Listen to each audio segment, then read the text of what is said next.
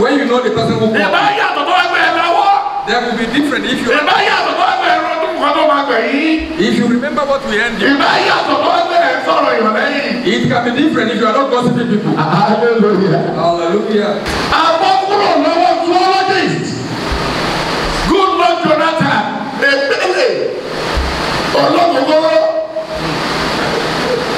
the master ceremony of water.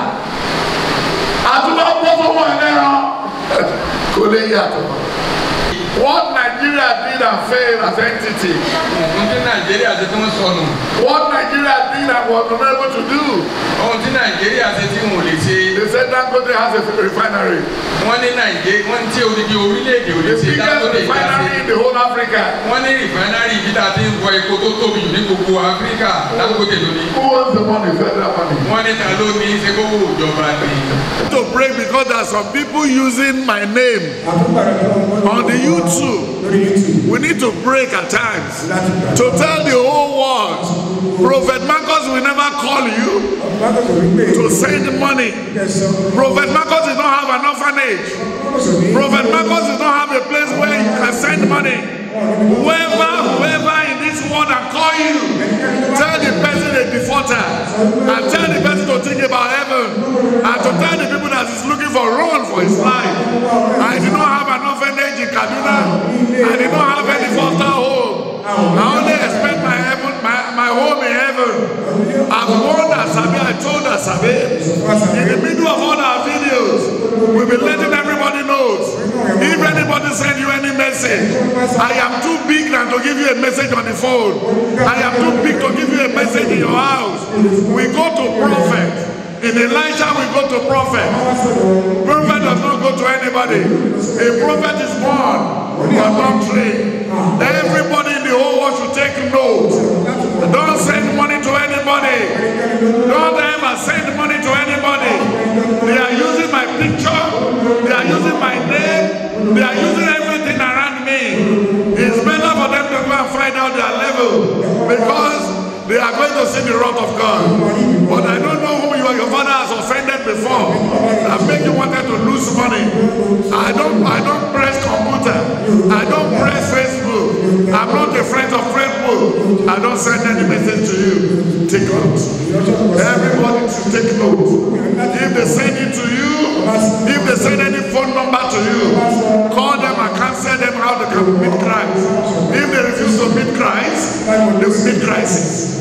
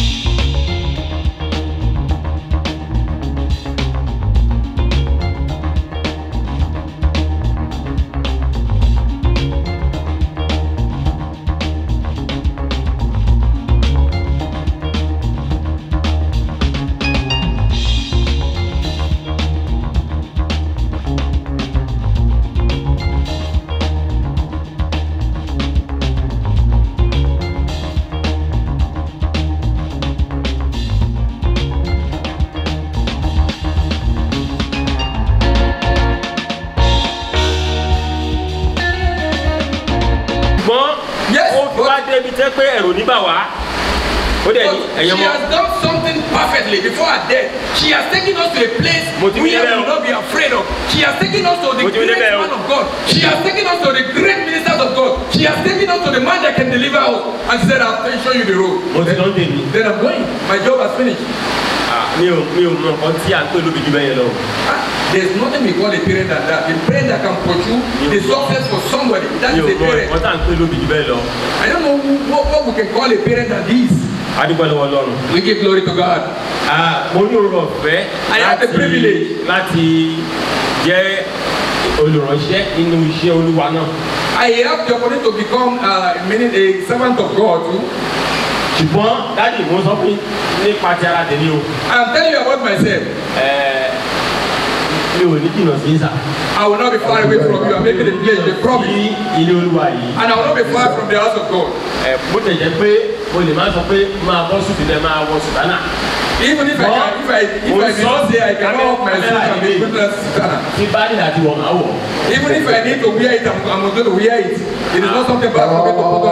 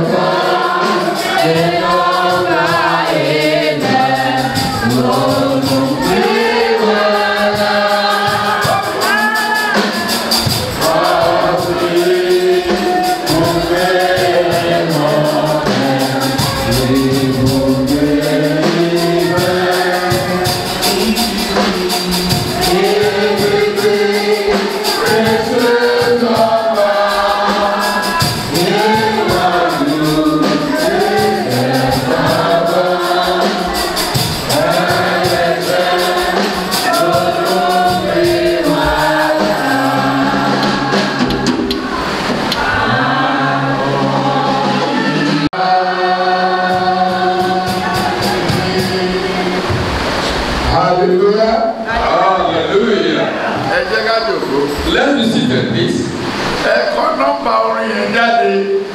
There's a message from that song. Write the numbers of that song out. Give it to that pharmacy, the pharmacy. We'll give him a hit book. That they will be singing that song every morning. They will be singing that song every night. 21 days. Within 21 days, whatever you have experienced or you say in your life, God will let it manifest in the name of God. Hallelujah. Hallelujah. Then you are going to sing a song again. 804. 804. Yeah. In 824. 804 or 908. 804 or 908. 804 or 908.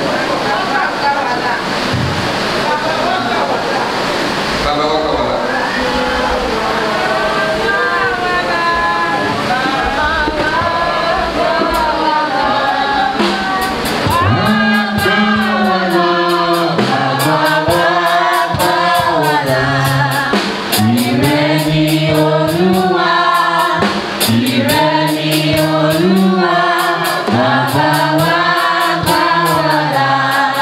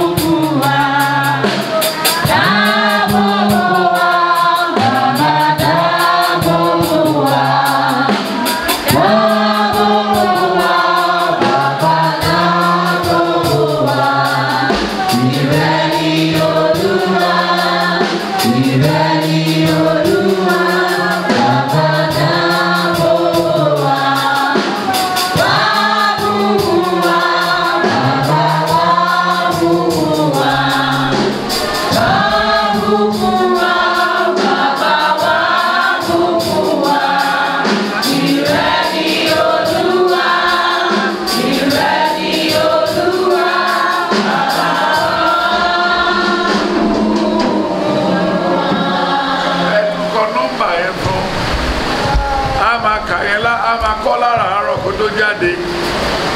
Write that number of the hymn for him. The first one he will do 21 days. He will do it for 21 days in the church. No. Listen very well. Go watch a case time to join ìjọ mímọ́. Then observe when you join the church. Your first 21 days. Your first 21 days. Hallelujah. Hallelujah. Ìpínlẹ̀ tí Jésù fi lélẹ̀ nìyí, bí bàbá aládùúrà lè kọ́. Ẹ̀rọ máa ṣe lókè, kò yẹ kúrò níbẹ̀, mo dúró lẹ́bi àpáta. Ìjọba ìgbà ẹ̀yọ́, ìjọba ìgbà ẹ̀yọ́, àbí ìpínlẹ̀.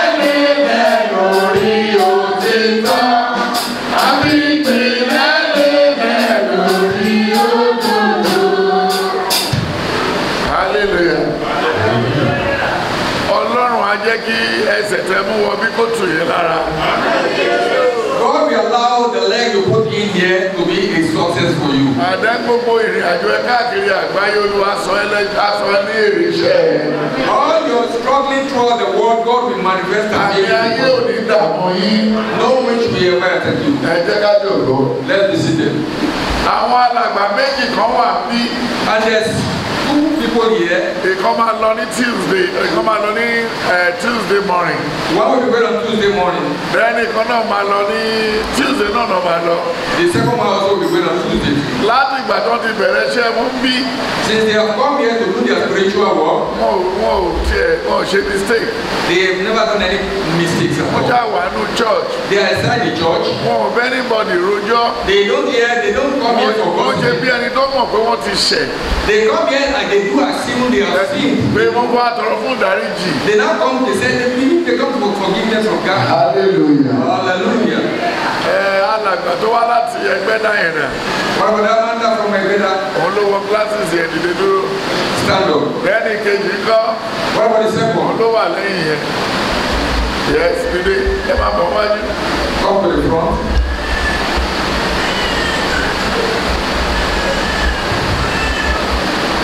Hallelujah. Hallelujah. Hallelujah. Hallelujah. Ẹ kọjú sí wọn. Ìgbà wo lẹ dé sí kí làwọn kan tẹ̀ sí ní gbọ́ kí làwọn kan tí ẹ fẹ́ mú lọ dé ní Monday tẹ́ bá lọ. Since you have been here, what are the things you have observed and what have you heard and what did you plan in your life to take along when you are going back to your house? Praise God. Orúkọ mi ni Gbénga. My name is Mr. Gbénga. Mi rí dájú wò rí ní bóyá YouTube àti Facebook. Even I've never seen him on YouTube nor on Facebook before. Mother-in-law mi ní ó wò wọ́n ní Canada. It's my mother-in-law that saw him on YouTube in Canada. So ìgbà tí wọ́n dé Nigeria. And when she came back to Nigeria. Tí wọ́n rí nǹkan tí mo ń pass through. And when she saw the challenge I'm going through. Àwọn náà fún mi ní nọ́mbà wọn. She now gave me his number. So mo try láti pè wọ́n ní time yẹn. And that time I was trying to call him. Wọn ò sí ní Nigeria time. He wasn't in Nigeria then the phone was not going. And ever since that time, the mother-in-law been disturbing me. And that's why the mother-in-law has been disturbing me. He said, have I get through to him? Have I called him? She started troubling me. She was worried. So mo bẹ̀rẹ̀ sí monitor daddy gbogbo bí wọ́n ṣe wà ní outside Nigeria tí wọ́n fi padà dé. I started monitoring his movement that I want to know when he will be back to Nigeria until he comes. So ìgbà tí wọ́n dé tí mo pè wọ́n. And when he comes, when I called him. Wọ́n fún mi ní appointment pé kí n wá ní Thursday. He gave me an appointment that I should come on Thursday. Ìgbà tí mo wá tí mo rí wọn. When I came and I saw him.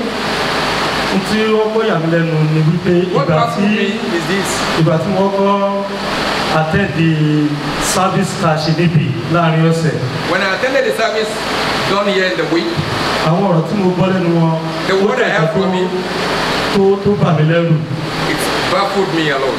Because ó jẹ́ kó yé mi wípé it made me understand that tó bá jẹ́ wípé mo ti bá wọn pàdé earlier than this.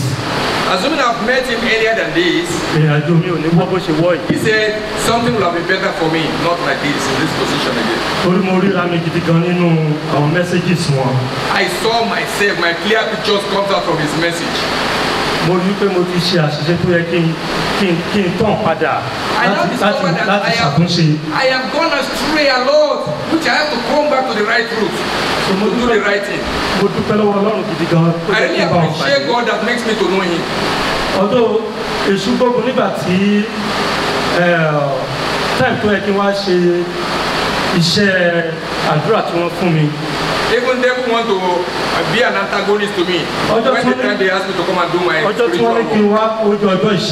The day they asked me to come, happened to be on Tuesday. I came. I was outside there sitting. All my thinking is that I will see him again. I don't know that it's not the right person that I'm supposed to see again. 8 p.m. I was seated outside there from morning till 8 p.m. So worried. Ìgbà tí ó di 8 p.m. When it's about 8 p.m. tí mo gòkè láti lọ rí wọn. When I now climb up to go and see him. Wọ́n ní arákùnrin ṣé kò sí. Then they asked me that what is happening, Mr. Man. Mo ní iṣẹ́ tí ẹni kí n wá ṣe ni mo wá ṣe. And I told him, I said, you asked me to come and walk, do some spiritual work. That's why I'm here. Wọ́n lé mi kọ́ ló máa rí. He said, you are not the right person you are to see. Ilé tó ń dúró dèbí láti rí mi. And why are you waiting for me to see me? Wọ́n ní kí n máa lọ sí sálẹ̀ pé kí n lọ rí àwọn tó wà ní sálẹ̀. He said, go down and go and meet those who are downstairs. Ìgbà tí mo ráwọn tó wà ní sálẹ̀ tí wọ́n ṣàlàyé fún mi. When I now come down to discuss with those who are down, the ministers of God. Wọ́n ní mo tún máa padà wá ní Tuesday. The following week. They now give me an appointment again that I have to come back next Tuesday. Ìrẹ̀wẹ̀sì bá mi. They weaken my spirit. I was so baffled. Mo rò lọ́kàn mi pé mi ṣe mọ́. Then I start thinking that what is this wahala? Are you God? I'm not doing again, Jerry. Mi wà mọ́. I said I'm not coming again. But ìgbà tí mo délé. When I now got home. Mo ṣàlàyé fún ìyàwó mi. I told my wife. Ó ní kí n tẹ̀síwájú pé nǹkan tó bá fẹ́ dára ó máa ní challenges. My wife encouraged me as a good wife. She encouraged me that no, don't go, don't be weak. Go. Something that will be better without challenges. Gbogbo ètò iṣẹ́ tán ni mo máa ṣe. All the spiritual things they said I'm going to do. Ìgbà tí mo ṣàlàyé fún mother-in-law mi pé ó máa ná mi lówó. When I told my mother-in-law that this thing will cost me money o, this thing na money o. Mother-in-law mi ní I should go ahead any amount àyà wọn pé. Ìyànà mi wá ní gbogbo tí ó bá ná tẹ̀síwájú wọn ná àná rere kan tó lẹ tó gbọ́ yìí o. Wọ́n ní kí n má fòyà. He said I should not be panic. Pé anything kí sáàjẹ́ káwọn gbọ́. He said whatever it cost you just let me hear. Wọ́n dẹ̀ gbé ìgbésẹ̀ lórí ẹ̀. And she is taking the right step she is supposed to take over it. Títí tí mo fi débi. Until I am here. Mo sì dúpẹ́ lọ́wọ́ Ọlọ́run bí wá tí mo sá wá síbí ní kábàámọ̀ ẹ̀. I thank God for my coming here. I never regret it at all.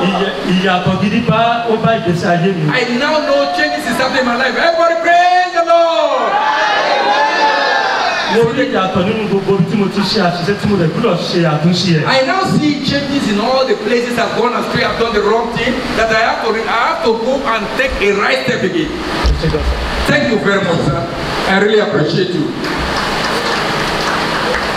Give a clap for you. Appreciate God for you.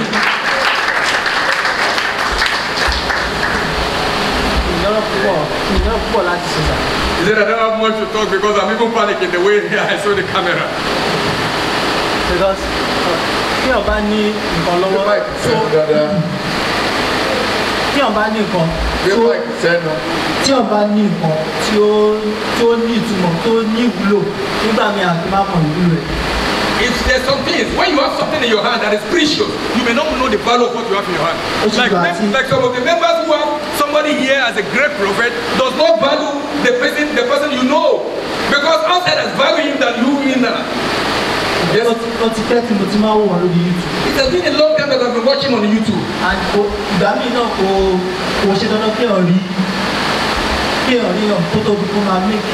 impact. It is not compulsory that you have to see the person face to face before you can see changes happening and some things happening in your life. There is a change. But from a message. From behavior and tí o bá ti sọ òótọ́ ọ̀rọ̀ tó lẹ̀ tún tún ṣe pẹ̀lú ìṣe. And when he's saying the fact, the truth, and when he's doing it with his attitude, he's showing it practically. Níbi tí o ti sí òótọ́ tí èèyàn kan wà tó ń ṣe bẹ́ẹ̀. If there's a place where there's no truth there, and somebody is staying there. Tí Ọlọ́run dẹ̀ tún fi ara ẹ̀ hàn tó gba gbogbo. And here, God is taking a supernatural control. Let's go to the right route, to the place of God.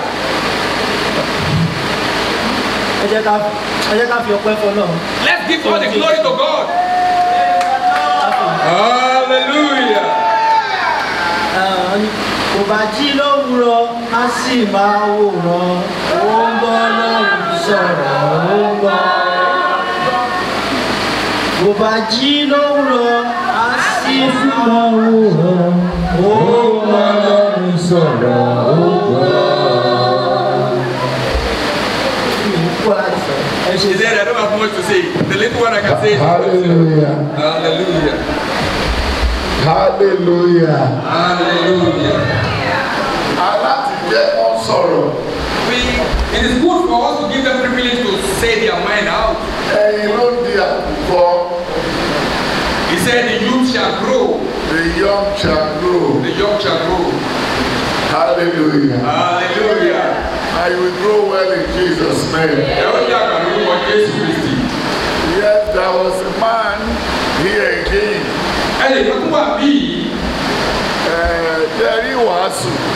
You see, the preaching, church. It is not meant for church. When you are preaching where people don't appreciate the preaching, you are using the word of God to curse them. Use the word of God to curse them. If you are preaching the truth, and the member receiving it are not using it, it's as good they are using it to curse them. Because they know the truth. They refuse to go closer to the truth. They are in a way that they are following the trend that will make them perish. So automatically we have to pray for the church. All churches in Nigeria are sick. Even including Elijah Parish. All the members are sick. Because they are spiritually derailed. And they don't even know, they don't know where they are going. Hallelujah. Hallelujah. When you ask them, there was a practical example here last Thursday.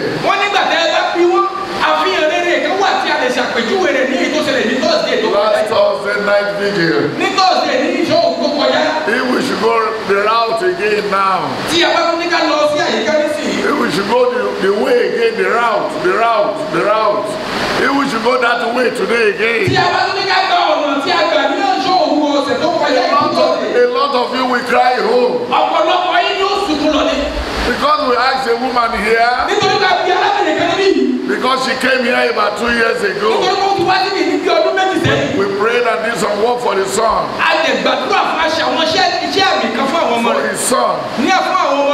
That the son is going to win a scholarship. 2 times before he become a professor. Then immediately they left this place. After 6 months, the state gave the boy a scholarship. Throughout his 5 years in the university. Hallelujah. Hallelujah. Then I asked the woman, which the Lord has favored. Which the Lord has favored. I said, where is it in the Bible? That Jesus changed water to wine. I said, Madam, do you know it? He said, yes. He said, Genesis 10. Hallelujah. Hallelujah. Hallelujah. Hallelujah. Is it Genesis 10? Hallelujah. Hallelujah. If I should ask Mama Wotubo, if I nígbà tí wàá sì màmá ọ̀wọ̀. nígbà tí a bá ní ká tún bí ìyá ọ̀wọ̀. nígbà tí wàá sì yá méjì. tá a bá tún ká bí ìyá méjì léèrè ọ̀rọ̀ yìí. even the mistress na Miss Sade, I threw a question to her. tí a bá tún ní ká bí olùkọ́ni tó wà láàrin wa yìí. She failed it. àwọn kan náà tún gbà ó. then nígbà tọrọ Ọlọ́run ò sínú ẹ. when the word of God is not in you. then kí ló wá sí church fún. then what are you coming to the church for? kí ló wá ṣe ń bí. what did you come here to do? ṣé kí n tún bèrè lọ́wọ́ yín. let me ask you, can I ask you again? okay. Mama Honorable, níbo ló wà nínú Bíbélì tẹ́nìkan ti sunkún fún ẹ̀ṣẹ̀ ẹ̀ tó lóun fẹ́ dàbí àwọn ẹbí òun tó kù dẹ́nu sunkún wá bẹ̀ Ọlọ́run wá yí ìgbà yẹn padà kí lórúkọ ẹnìyẹn níbo ló dẹ̀ wà nínú Bíbélì.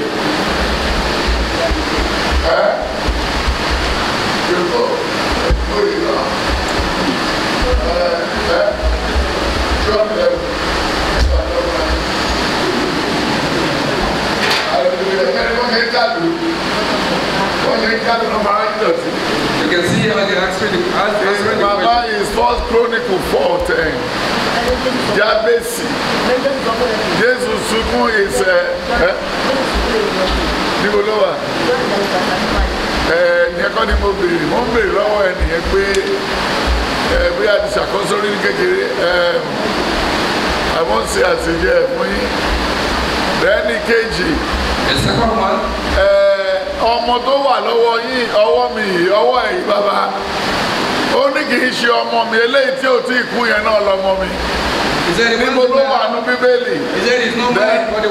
Ta ni ọba tó dájọ́ yìí? Who is the king that gives the judgment? Ìdájọ́ náà. And what is the judgment? Ìyá ọ̀wọ̀. Mama ọ̀wọ̀, can you give us the... I'm not hearing what you're saying, sir. Màá tún sọ. I will repeat it again. Nínú Bíbélì. In the Bible. Nínú Bíbélì. In the Bible. Àwọn obìnrin méjì ń gbélé. There are 2 women who are living together. Ìkan sùn sórí ọmọ ìkejì pa. One sleeps on one and ó wá pààrọ̀ ẹ̀.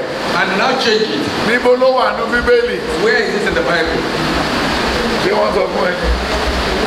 Níbo ló wà nínú Bíbélì? Where is it in the Bible? Ẹnu ọba olúdájọ́ náà. And where is the king that gave the judgment?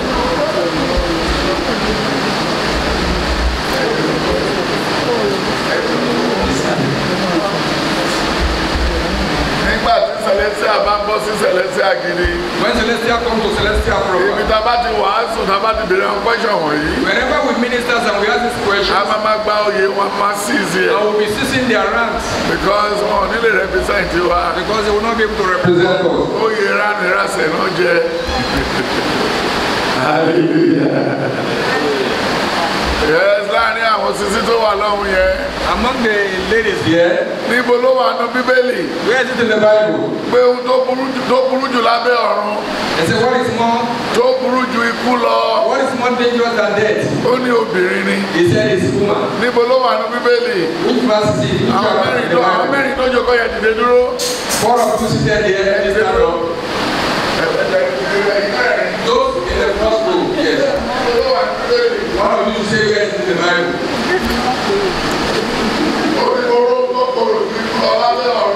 He said there is something that is more bitter than death.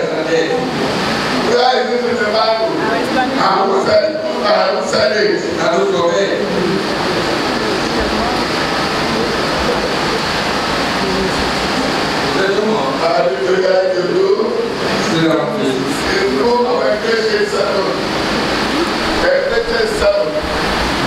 Verse 26, 27, 28, 29. Ó ní mo rò tó korò ju ikú lọ lábẹ́ ọ̀run. Ó gbọ́wọ́lé ikú tí ó rẹ́rìn sí ẹ wàhálà ni. Ó bá ẹ̀rọ oúnjẹ wá láti ta òkú àánú ẹ̀. Ó ní obìnrin ni. Hallelujah. Hallelujah. Ẹni mo ló wà nínú Bíbélì. Where is it in the Bible? Ibi tí wọ́n ti gbé Mósè jáde láti inú omi. Where they took Moses away from Àti kí ni wọ́n sọ níbẹ̀? And what did he say there? Nígbà tó gbé Mósè fún ẹni tó tọ́jú ẹ̀.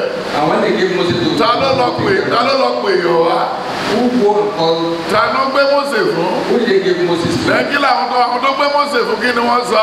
And who those who they gave Moses for their hearing? What did he say? Hallelujah. Hallelujah. Olùjọba yẹn.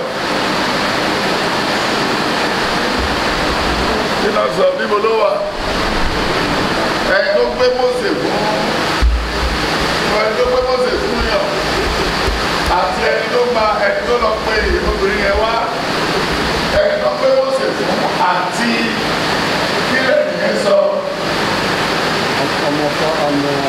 ọmọbìnrin Fáráò. Ọmọbìnrin Fáráò náà gbé ló ṣe fún ọmọbìnrin Fáráò. Ọmọbìnrin Fáráò ló ṣe kí ni? Ló lè fún báyìí tí wọ́n lọ síbi tó lọ sí etí òbí náà. Olówó àdúgbò èrè yìí.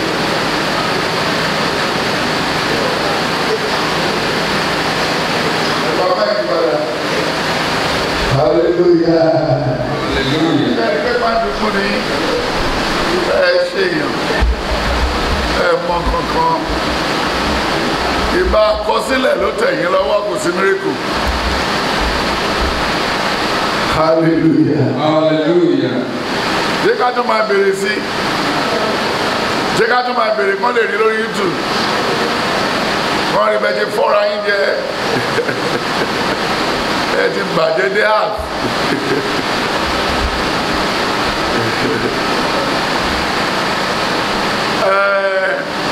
Ẹ̀yin akọrin.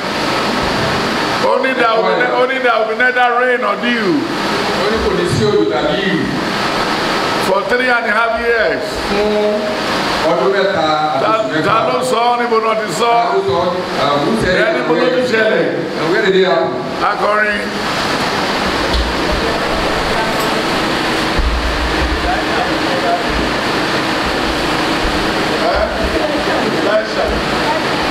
Elisha. Okay. Yes.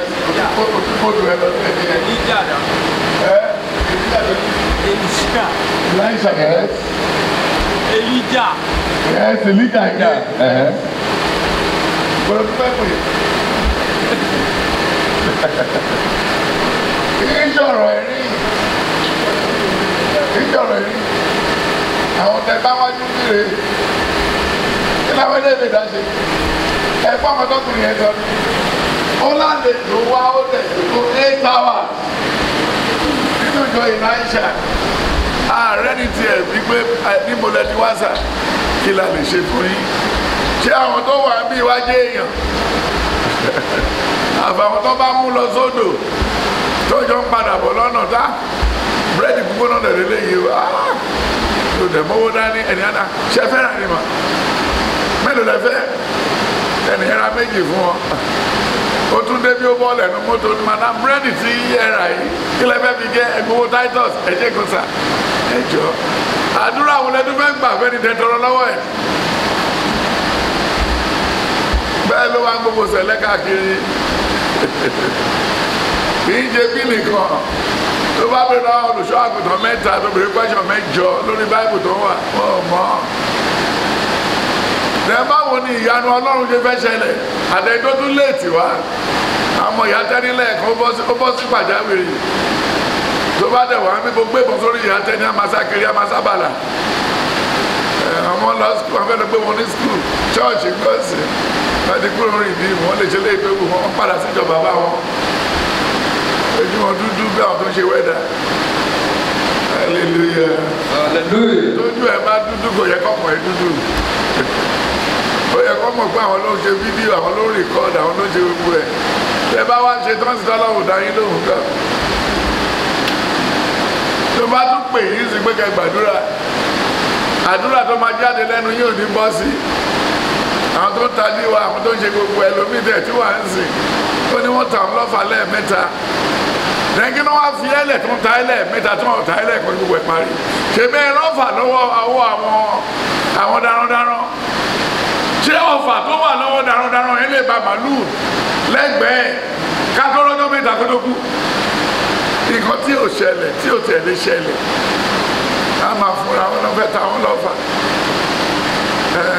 ogun ilé ogun àjẹ́ nígbà tó mọ̀rọ̀ Ọlọ́run ìgbà ológun ilé ò ní persist nígbà tí ò sí táìmù tó gbé bíbélì àti kà ìgbà wo ló ní jalè ìgbà wo ló ní dídàkúdà ó ní ọmọ Ọlọ́run tó parọ́ ta ló fi jọ ọmọ Ọlọ́run tó ṣe ké ta ló fi jọ ọmọ Ọlọ́run tó parọ́ ta ló fi jọ tó ṣe ké ta ló fi jọ tó parọ́ ta ló fi jọ hallelujah hallelujah wúmà tó ń gbọ́ ọmọ yẹn máa bọ̀ wájú bí ìyá tẹ́nita ló fẹ́ ka bíbélì kẹ́ èèyàn máa tún dá kó tún bàjẹ́ padà rí gbàtó wo lẹ̀ tó rí ìyá Bọ́lá tó wá wíìgì mórí tó lọ receive mọ́tò kọ́ dáwà tó lọ receive. Ọlọ́run ní ìdí wọn àbí? Ṣé Jésù ní ìdí wa? Wọ́n máa tó gbọ́ ọmọ yẹn kó máa bọ̀ wájú bí. Bring come down, come here. Come to the front here. Hallelujah. Hallelujah. Mo fẹ́ bèrè question mẹ́ta lọ́wọ́ obìnrin yẹn. Kẹ́ wá wo ọmọ tó ṣẹlẹ̀ lánàá.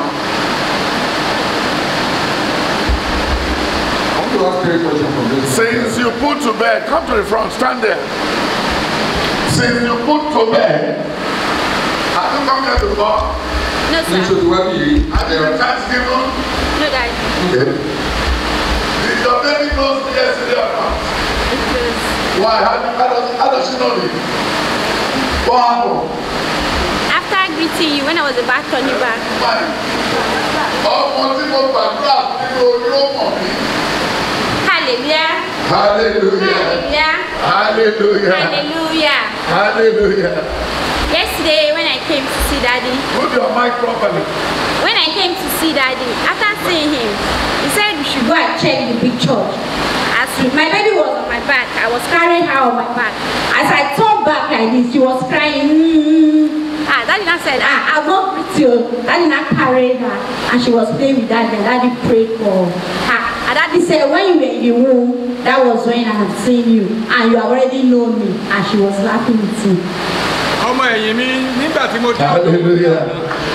mo gbé ọmọ yẹn kàn sẹ́yìn ìgbà tí wọ́n lé kí n lọ pààrọ̀ aṣọ tí mo wá fẹ́ yí padà ọmọ yẹn wá kú sẹ́kún mo wá wò pé kí ni ọmọ yìí lẹ́kún bó ṣe wá náwó sí dáàdì yìí mo sì gbé e fún wọn bó ṣe bẹ̀ sí rẹ́rìn sí ìbá wọn ṣeré nìyẹn wọ́n wá sọ wípé láti ìgbà tó wà nínú ni mo ti rí ọ kẹ́yìn nígbà tí yára wá síbí wọ́n wá yọ̀ ọmọ náà. Hallelujah. Sit down. Ó gbé ọmọ yẹn sẹ́yìn ó wá. Wọ́n ní ẹ̀sì jẹ́ ọpẹ́ tẹ́ fi bímọ.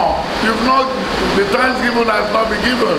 Ọgbà tẹ́ bímọ ẹ̀ tí Then wọ́n á now ṣọpẹ́ said, it's my fault of my husband, fault of my husband. ẹbí ọkọ mi ló sọ. It could not be the fault of your husband. Kò lè jẹ́ bí ọkọ rẹ̀. It's your fault.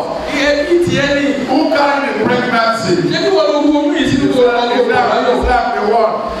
olóhùn ni. Is that the one? Ó lè mi mú kóyún náà. Whom the Lord saved? Dáadáa lóhùn dáàbò kò tó Is that the one? ó lè mi ni. Then why not to sell any of your thing? Any of the thing you have? Kí ló tó òfin tá owó kan ní. And buy something for the church. Kó o tiẹ̀ náà kẹ́kẹ́ wọ́n fi sọpẹ́ nù jọ. And come back. And then appreciate what the Lord did when you are Ó pregnant. yẹ kó o fi ẹ̀mí ìmoore hàn nígbà tó wà nínú oyún tó lọ láyọ̀ tó bọ̀ láyọ̀. He said that I didn't know. Ó ní bàbá mi ò mọ. Right from this moment, Ó ní láti ìsìn lọ. you must know. Ó ní ó yẹ kó o. Because after this girl, after this your baby now, Lẹ́yìn ọmọbìnrin tó bí yìí, there's twins inside your basket. ọmọ méjì tó jẹ́ ìbejì You are going to have a set of twins. But they are thinking maybe they will give it to your family or not. Wọ́n rò pé Because àwọn the ọmọ ẹni two yà gẹ́gẹ́ they bá have given, torí àwọn ìbejì èyí tá a fún ọ yìí. the two they have given, Ìbejì bí ìdá ti fún ọ. oh, Yoruba, oh, the boy, differently. Okay, the two children you have. Wọ́n ní lẹ́yìn wọn obìnrin méjì ló máa kọ́ wá. He said after these two children, the one that is coming after them is Two female. two female. Baba video yìí o. Two female child that you have. The one that is coming next. The one that will come one day and they are going to be twins. Àwọn tó padà bọ̀ wọ́n jẹ́ But the way you are dragging your feet now, but ní bó ṣe ń ṣe you lọ́wọ́lọ́wọ́ will yìí. have it all girls. Because what will make you lament Ìkan yóò mú ọ. is what God is going to do to you people. You better buckle up. You still have time to change. Ó sì bẹ́tà ó dáa nísìnyí kó yí padà. Hallelujah. If I to ask you here, Ní bá ní kí n bèrè lọ́wọ́ yín níbí from the altar to the bar, láti inú pẹpẹ sí ẹ̀kúnlé lọ́wọ́ the pharmacist and the doctor and the professor, àti gbogbo ẹ̀yin tẹ́ wà bí tẹ́ jẹ́ yẹn kan. when you have your first baby, Nígbà tẹ́ bí máa kọ́ bí yín, what did you buy for church? kí lè rà wá fi ṣọpẹ́ fún chọ́ọ̀chì? Sir, kí lẹ́ni sọ pé Kí lè fi ṣọpẹ́ fún Ọlọ́run pé ìyàwó yín lọ láyò pọ̀ láyò. Kí ni ìkọrin ládùúrà tí jọ́ọ̀jì tọ́ka sí? Dáàdì mi ò ra nǹkan pàtó. Hallelujah. Àwọn tó ti pẹ́ ní church àti bọ́sẹ̀. Kí ni ìmọ̀lòfíjọ wẹ́ ní àìrògbò wọn àkọ́kí ẹ̀? Owó ni afọwọ́sí ní envelope. Pásítọ̀ wà náà. Àlà. Church ọdún àtọwà kékeré. Ó máa rí ìlú ní church. Wọ́n máa ń kọ family name sí. Ó máa ń rí. Mo máa ń rìn ní àwọn. Ẹ̀rọ rẹ̀ máa gbọ́ ìkórè ìdílé. Church àti sọ ọ̀kan tó máa rà wá. Ẹ̀rọ rẹ̀ máa rí àwọn iṣẹ́ àgbáńlá nínú church tó ń kọjá lè lọ́dún tó fi sọ́kọ́ ń pa àwọn èèyàn sí. Ìyàwó tó ọjọ́ òrí. Most of you have witnessed a lot of things on those who are in the church and they can't speak. But appreciate God for what God has done for them. Without thanksgiving, you cannot get anything fantastic from the Lord. Láìsí wípé oṣù ọpẹ́ fún Ọlọ́run. Without knowing the word of God, you cannot get anything fantastic from the Holy Spirit. Tí o bá mọ nǹkan Ọlọ́run kan ò lè jẹ́ àdúrà. Because when you look at two occasions in the Bible, àwọn ìpìlẹ̀ méjì kan wà ní Bíbélì. in the book of Daniel 10 from verse 10 to Nínú 17, ìwé Daniel orí kẹwàá láti orí kẹwàá dé. they specifically mention the name of the angels that are coming to do the justice. Wọ́n dárúkọ àwọn áńgẹ́lì tí wọ́n bọ̀ wá sí. The first one they sent was Angel Gabriel.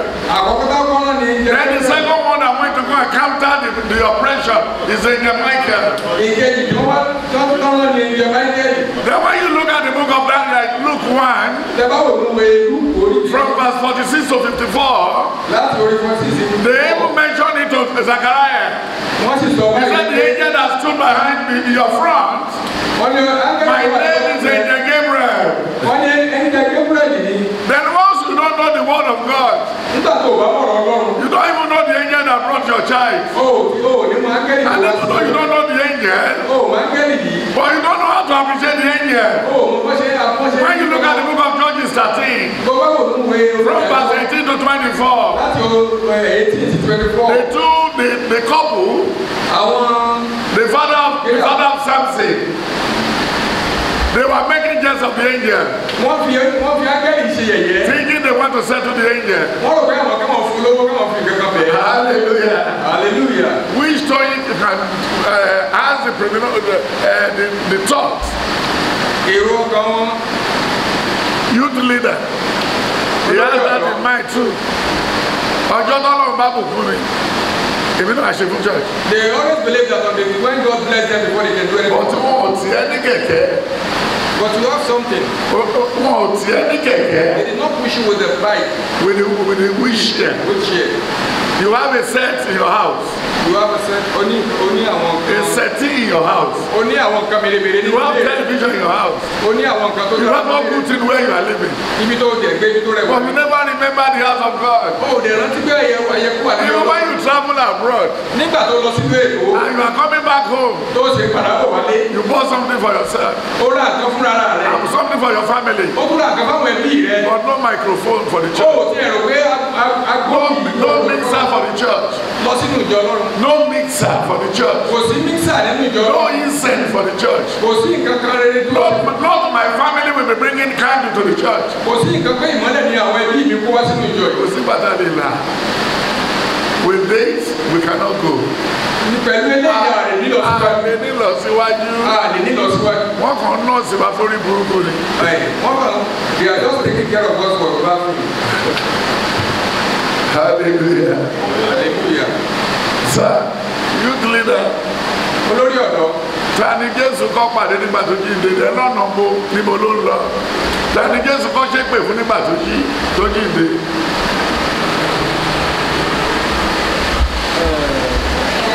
Sanwó-Olú. Ó pàdé obìnrin kan. Ń gbé lórí ìbálẹ̀. Ó pàdé obìnrin kan. Ó dẹ̀ pàdé lára àwọn ọmọ ẹ̀yìn ẹ̀. Tálẹ̀ ló pàdé ìbálẹ̀.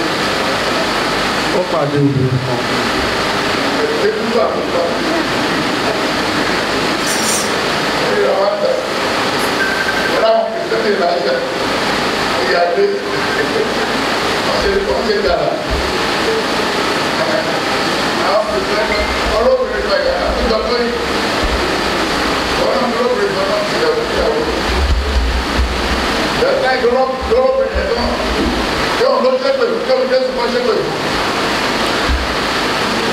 Yóò rí ká pé ó ṣépè fún wọn.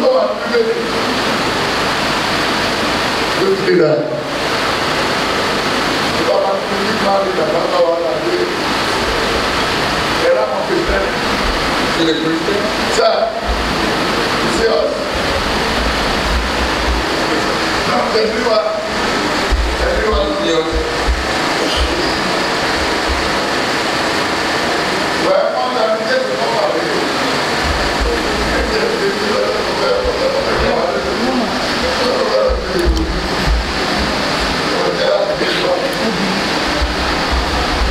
Yes.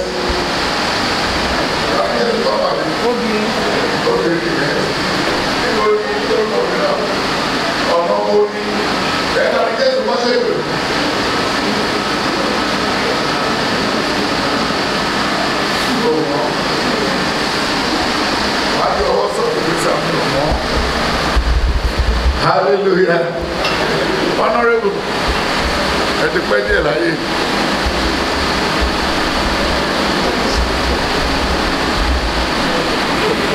Ẹ ti ká pẹ́ ní máa ní olùsọ́sọ́ yìí. Àgbọ̀ máa yẹ ẹ̀jẹ̀ àtẹ̀lẹ́sì.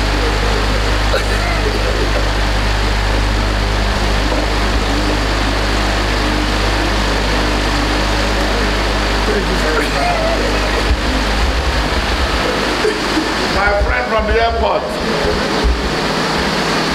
Can you come out and join me?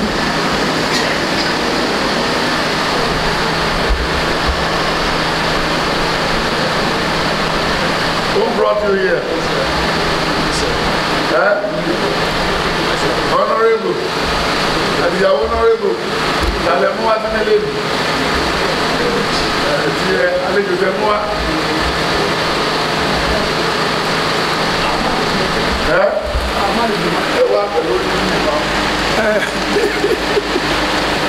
Ẹ wá wọ ẹ̀yìn sí pé ṣé àwòkú àyè tó ṣẹlẹ̀ wọ̀nyí kọ́ ó ní ebi yóò sọ yín dápẹ́já nìyàn dápẹ́já nìyàn dápẹ́já nìyàn ebi yóò sọ yín dápẹ́já nìyàn tẹ́bàtẹ́. Sir, the very day we met, what happened? Ìjọ tí a kọ́kọ́ pàdé kí ló ṣẹlẹ̀? I met you on arrival. Someone directed you. Put your mic where? I think someone was attending to you, then they were having a so you were directed to my desk for some resolution. So I was conversing with you like I do with every other person that comes to my desk, and you introduced yourself, and I was like, I don't know, so you have to check out YouTube. I'm going to see some pictures of you and some messages. And I promised to do that. You were going to give me your card, but you didn't have any other documents, so you gave me your phone number, and you asked me to reach out. Then after you came for prayer. Okay, then I put the call through. I wasn't even expecting you were going to answer my call, but I attended to a lot of people. Well, I'm not going to answer your call. No, sir. I'm not Adeboye, I'm not Joshua Kinitope, I am not Lazarus, and I'm not Oyedepo. I am Marcus, the apostle of the Almighty, the prophet of the Almighty. Yes. So I put a call to reach out to you afterwards, and you told me to come around. Then I came after work that day. That was, I think, about a week after. I said I'd see you before you go.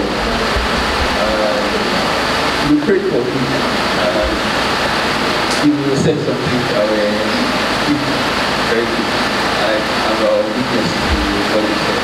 God will bless you. And you will be great. Yeah. And what you see around the place now, what convinces you to come and to come and to come? So far, it's been an experience anyway, coming from my distance to this place. Where do you live? I live in the The Lord will bless you. Where will you be? Go to someone to the honorable somebody to kill of yes.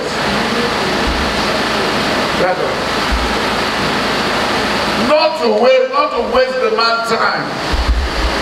After I came down from the plane, then they checked all my papers and they said, go and join that young man and pay 50,000 for the COVID test you are going to do when you arrive in Nigeria. I said, thank you very much, sir. Is that man? He said, yes. Then I'm getting to the young man. He said, yes, what is your name? I said, to answer everybody directly, I am called Prophet Marcus.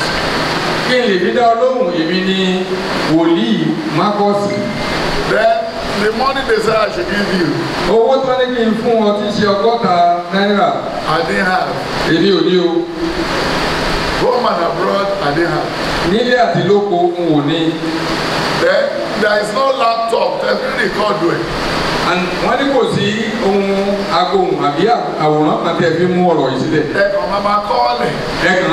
you are just writing it. So and whoever pay you the money, you are going to take it. And when you are going in the night, you will not share. Then you break the remainder to your master. As I was speaking to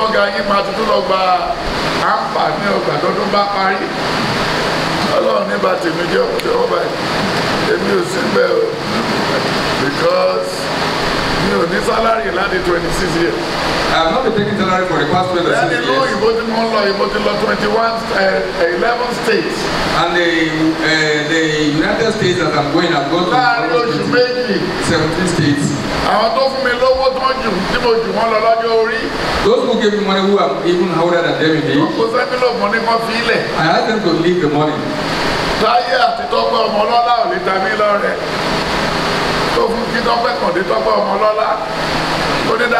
Weekend, about 20,000.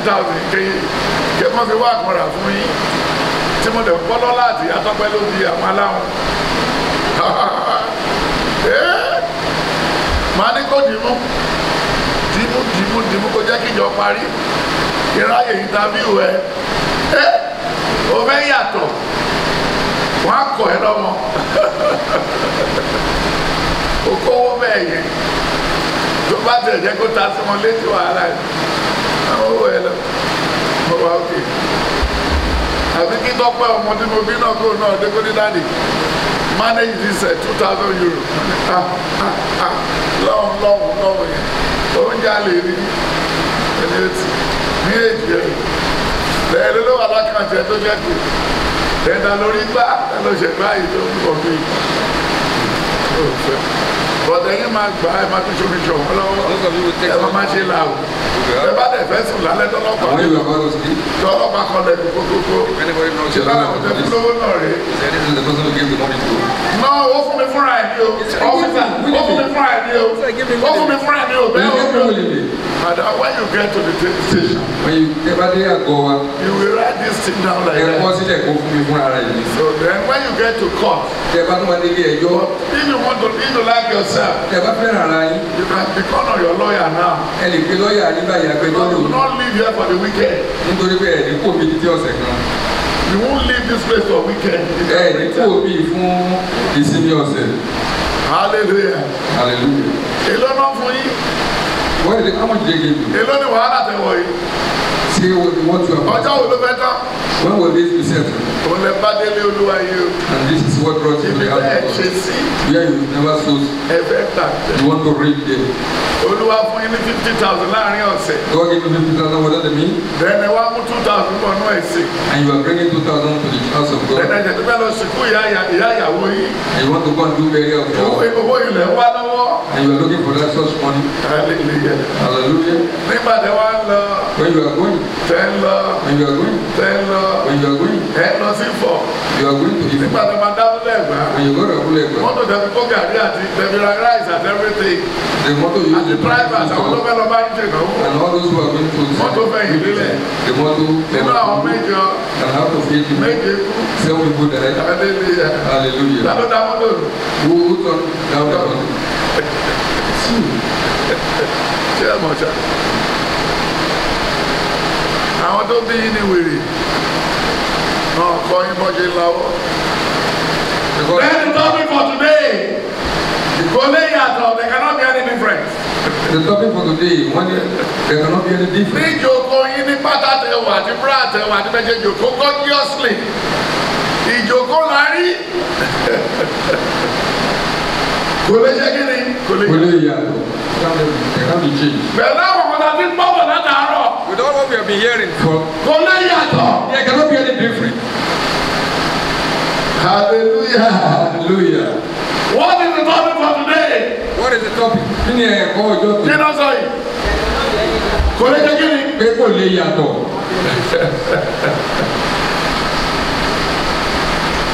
Ìbá yàtọ̀ tẹ bá bọ̀rọ̀ Ọlọ́run. Ìbá yàtọ̀ tó ẹgbẹ́ ẹ̀mẹ́ni tó pè yín.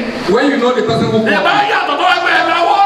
there will be different if you Ìbá yàtọ̀ tó ẹgbẹ́ ẹ̀rọ tó kọ́ tó máa gbẹ̀ yín. if you remember what we end. Ìbá yàtọ̀ tó ẹgbẹ́ ẹ̀ sọ̀rọ̀ ìrọ̀lẹ́yìn. It can be different if you are not gossiping people. Hallelujah. Hallelujah. The topic for today, there cannot be any difference. Àkórí ẹ̀kọ́ òní ní pé kò lè sí ìyàtọ̀, kò lè sí àyípadà. Kí ni wọ́n ti gbé wa múra ní APC? Change. What did they use to canvass us for ATP? APC is change. Kí ló àwọn honourable àtàwọn Tinubu ẹlẹ́nu gbẹgbẹgbẹ àti Sanwó-Olú àwọn jàbákánà àti lùbákánà àti lùgáì oyè tí Tinubu jẹ́ mi ò tẹ̀rù kán jẹ́ nílẹ̀ Yorùbá òun náà la inú oyè náà là ń lọ yìí tá a bá kú díẹ̀ ló máa kú. Ló bá gbé àti ẹ̀tì mọ̀ bá ti tẹ̀lé ẹ̀ tó lè bàbá tó ń pè láti kú àtìkú tó gbé tó bá ti wọlé àtìkú náà wọ́n gbọ́n ló wà lórí oyè tí ta kú pẹ́ẹ́pẹ́ẹ́pẹ́ẹ́pẹ́ yìí ìbá yìí sì orúkọ ìbáro àtìkú hallelujah. Hallelujah. Àwọn ẹ̀dẹ̀ wá láti Cameroon wọ́n rí báwo ló ṣe mọ̀ pé Nàìjíríà ló gọ̀ jù gbogbo àgbáyé. How did they know that Nigeria is so dollar? Maruwa came from Cameroon. Maruwa from Cameroon. Ó dẹ̀ wá di president. He came here to become a Ó wá di governor. He came here to become a governor. Then Buhari, himself the president. the most dullest military officer. He has no school cert. The INEC said he should come with certificate. They draw a big car. Wọ́n ya màálù sí fọ́tò. Wọ́n kọ Buhari sẹ́sẹ́. Wọ́n kọ Katu Colony University. Wọ́n dẹ̀ tẹ́ndà ẹ̀ ní INEC ẹ̀dẹ̀gbà. Ẹ̀rí skul tó ní lóògùn màálù. Àbọ̀kúrò lọ́wọ́ zoologist. Goodluck Jonathan Ebele Ologogoro, the master ceremony of water. Àtúbọ̀ bọ́ fọwọ́ ẹ̀ lẹ́ràn kò lè yàtọ̀. Kí ni mo sọ ma? There cannot be a change. Jọ yàtọ̀. There cannot be any difference. By 8 o'clock in the morning for 6 years we put a drunkard in Nazareth. By 8. Then how do you think we can have a change? Then Tinubu and his kangaroo people. Tinubu àti àwọn èèyàn rẹ̀ wọ́n tẹ̀lé. The junta. Àwọn junta. Àwọn ìka ènìyàn. They now came with broom. Wọ́n wá pẹ̀lú ìgbálẹ̀. They said APC change. Wọ́n sọ wọ́n polongo ẹgbẹ́ wọn pé. APC change. Ìyípadà ọ̀tún. Up till now. Títí di àkókò yìí. There is no change. Kò sí ìyípadà ọ̀tún kankan. Then the bar àwọn èèyàn ń sè. And when you see other people now. Gbogbo everybody in Nigeria. All people in Nigeria here. We thank God for what the Lord is doing here. Adúgbò ẹ̀fọ́ bá lọ́wọ́ ṣe níbí. Nobody in Lagos State now. Kò sí ẹni tó wà nínú Èkó. Nobody in Ondo State. Kò sí ẹni tó wà nínú. Nobody in Oyo State. Kò sí ẹni tó wà nínú Ọ̀yọ́. Hallelujah. Hallelujah. That has obesity. Ó ní tó tóbi bẹ̀m̀bẹ̀. Dípò ẹ̀ tóbi. Dípò ẹ̀ tóbi bẹ̀m̀bẹ̀. Àti tírí gbẹ̀kú. Gbogbo wa, we are all slim. We are living on one diet. One diet per day. A dúró lórí oúnjẹ kan lójúmọ́. 001. Odo kò sóúnjẹ láàárọ̀ kò sí lọ́sàn-án àfi lálẹ́. Then tó bá dẹ̀ tún fẹ́ ṣe dáadáa bí àwọn ọmọ ẹ̀dẹ́wọ́n tó yẹ wọ́n fẹ́ wéṣẹ̀ ẹ̀ wá gbé ní 010. Ìgbà míì wà kan oúnjẹ àárọ̀ òní sí oúnjẹ àárọ̀ bí aago 12 ságo kan ni ó wá di oúnjẹ òfo láàárọ̀ oúnjẹ lọ́sàn-án òfo lálẹ́. Báwo ni àyípadà ti fẹ́ wá? There cannot be any what? Kò lè sí àyípadà kan. Wọ́n gbà lọ́wọ́ zoologist ẹni tó tọ́jú ẹran ní zoo. Wọ́n gbé Nàìjíríà ní lọ́wọ́ for 6 years. The zoologist was. Then darandaran fẹ́ẹ́ bá ti kúrò ní zoo. They now take it from the zoology to a. Wọ́n kó wa lọ́wọ́ sí ọwọ́ darandaran. They now lead us into a cattle area. The first girlfriend of Buhari is Ram. Ìyàwó àkọ́fẹ́ rẹ̀ àbí àlè. The first girlfriend tó kọ́ bá sùn láyé ẹ̀. Àlè tó kọ́kọ́ bá sùn ní ẹran. Donkey. Ní kẹ̀tẹ́kẹ̀tẹ́. Hallelujah. Nígbà tó dẹ̀ máa dórí oyè. When you come on. Only a woman cannot have an office in my regime. Ó ní obìnrin ò lè ní. Rather for a woman to have an office. Ó ní kò òun ò lè fa èyí lẹ̀ fóbìnrin nínú. I will start cow colony and donkey colony. Ó ní kàkà kí wúrẹ̀ And it's going to be head by Miyetti Allah. Òun ó sì sọ pé kí àwọn Miyetti Allah kó ṣe olórí adarí wọn. The deputy, the vice president of Buhari is Miyetti president.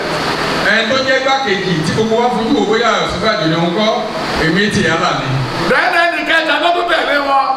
The third person that follow them is a popular farmer in the north. Is a àgbẹ̀ tó tóbi. Then the minister for that govern Nigeria for economy. Who can dictate our economy and reduce our economy and jack it up is what? Is Dangote. If Dangote is happy. Tí ó lè ṣe. If Dangote is happy. Dangote. Tí Dangote bá ń dùn. The economy will be settled. Then if Dangote should go to any launching. If the man Dangote attend any launching. Tí ọ̀gá arákùnrin Dangote bá lọ síbi ìṣúná owó. If he donated 10 million. Tó bá fún wọn ní 10 million níbẹ̀. We call the production manager. Á pe olórí ilé iṣẹ́ rẹ̀. They put money on Maggi. Ó fi owó sórí Maggi. Put money on cement. Ó fowó sórí cement. Put money on the soya beans. Sórí soya beans. Put money on sugar. Fowó sórí àwọn nǹkan tá a ṣe yìí. Put money on petrol. Fowó sórí gbogbo nǹkan tá a ṣe yìí. What Nigeria did and failed as entity. Ohun tí Nàìjíríà ṣe tí wọ́n sọnù. What Nigeria did and was unable to do. Ohun tí Nàìjíríà ṣe tí wọn ò lè ṣe. They said Dangote has a refinery. Wọ́n ní Nàìjíríà wọ́n tí odidi orílẹ̀-èdè ò lè ṣe Dangote ìdá sí. The biggest refinery in the whole Africa. Wọ́n ní refinery ibi tá a ti ń wọ epo tó tóbi jù ní gbogbo Áfíríkà Dangote ló ní. Who owns the money? Federal money. Wọ́n ní ta ló ní ṣe gbogbo ìjọba ni ta ní tanra wọn. There cannot be any difference. Kò lè sí àyípadà kan, kò lè sí ìyàtọ̀. Hallelujah. Hallelujah. Ṣé ìyàtọ̀ lè wà? Ẹ̀dùn àwọ̀ àwọn tó ń lọ ilé ọkọ. Look at those who got married. Ọkùnrin kan gba visa. A man to get a visa. To go and study in America. Láti lọ kàwé nílùú Amẹ́ríkà. But by accident the woman was impregnated the woman before the visa arrived. Ó ti wá fún obìnrin kan lóyún kó tó di pé visa rẹ̀ dé. Then they sold everything in their house to get tickets. Wọ́n ta owó nǹkan tán nínú ilé láti lè. They now beg the wife. Ó wá bẹ̀ ìyàwó rẹ̀. You want to go and join my parents. Ó fẹ́ lọ dúró sọ́dọ̀ àwọn òbí mi o. Or go join your parents or my parents. Inú kó o dúró sọ́dọ̀ òbí tèmi àbí kó lọ dúró sọ́dọ̀ òbí tiẹ̀. He said no, I cannot go anywhere, I cannot leave this house. Ó ní mi ò lè fi lé sílẹ̀. Because I'm married already. Nítorí pé mo ti wà lé ọkọ. Hallelujah. Hallelujah. Then the husband now said.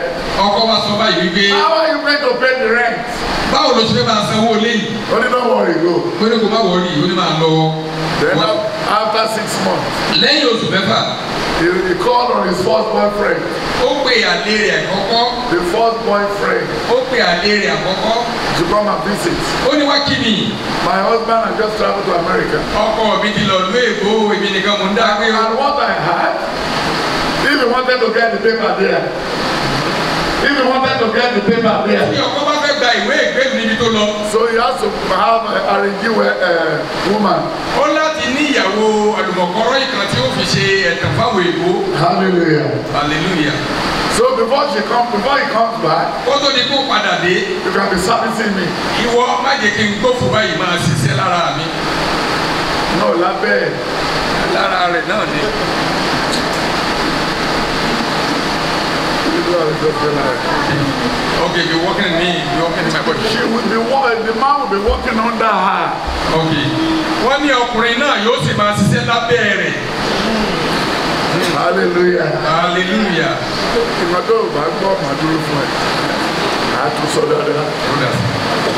Àwọn ọkùnrin tó wà ní ìlú sí. Lẹ́yìn tó bá lọ bí jẹ́lọ́sì. And when they go to their work in the morning, tó bá padà wá lálẹ́. When they come back in the night, wọ́n sì máa ṣiṣẹ́ lábẹ́ ìyàwó. They will still work under their wife. Hallelujah. Hallelujah. Ṣé ẹ mọ̀ kéèyàn ṣiṣẹ́ lábẹ́ obìnrin? Did you know the meaning of working under a woman? Kò ní sí sálárì o. You are not going to be paid. It's a free job. You won't get salary. Wọ́n ní fún olówó oṣù lórí iṣẹ́ tá à ń wí. Kò lè gbọ́dọ̀ ṣiṣẹ́ kárakára. Ó sì gbọ́dọ̀ ṣiṣẹ́ àṣẹ làágùn. You must work to sweat. The only thing tó lè fún ẹni pé kọ́ lọ bá ẹ̀bùn omi tó bá wúkọ́. The only thing they can give me is to give you water whenever you go out. Wọ́n ń ṣàrà ìdí balẹ̀. He said, are you okay? Ṣé a fẹ́ gbowó ìlẹ̀? Are we going to take money in? They may appreciate you. Thank you. Ọlọ́run dáadáa lọ́rùn mi. God is a good God. Ọlọ́run dáadáa lọ́rùn mi. Èmi fún èmi dáadáa. Ọlọ́run dáadáa lọ́rùn mi.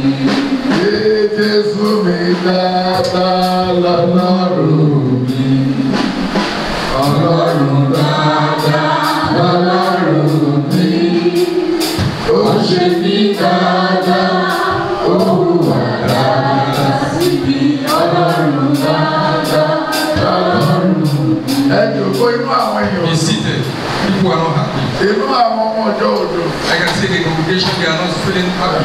Wọ́n dúró bẹ́ẹ̀ tó bẹ́ẹ̀ jà. They were standing like somebody who is ready to fight a war.